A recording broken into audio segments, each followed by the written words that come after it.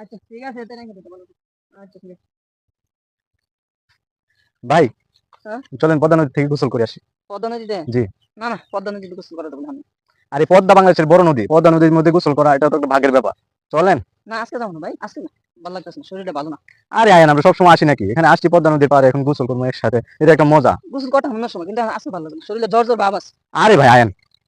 আরে না ভাই, টানাটানি করতেছেন না, বিরক্ত করতেছেন না। পদ্মা নদীতে গোসল করতেই হবে আজকে, এটা কি কথা নাকি? হ্যাঁ, পদ্মা নদীতে গোসল করা কি ফরজ হয়ে গেছে যে গোসল করতে হবে? এটা কি মহাভারত অশুদ্ধ হয়ে যাবে গোসল না করলে?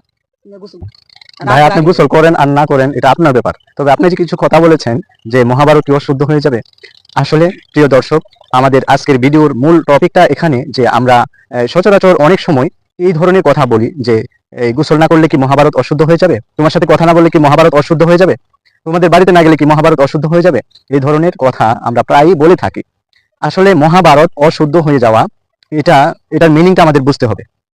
মহাভারত শুদ্ধ ছিল কখন? মহাভারত মূলতই অশুদ্ধ। এটা আসলে এই হিন্দুদের একটি ধর্মীয় গ্রন্থ, আর তারা এটাকে তাদের সংবিধান হিসেবে মনে করে, এবং তারা মনে করে যে মহাভারত খুবই শুদ্ধ একটা গ্রন্থ।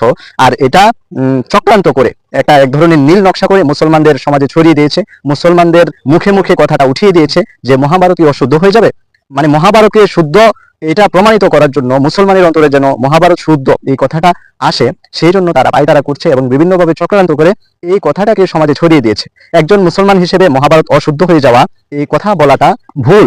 আর আমাদেরও এটা এই চৌকান্না থাকতে হবে যে মহাভারত অশুদ্ধ হয়ে যাওয়া এই কথাটা বলা থেকে বিরত থাকতে হবে। মহাভারত কি অশুদ্ধ হয়ে যাবে? এই ধরনের কথার দ্বারা মুসলমানদের ইমানের মধ্যে আঘাত আসে এবং ইমান ঝুঁকিপূর্ণ হয়।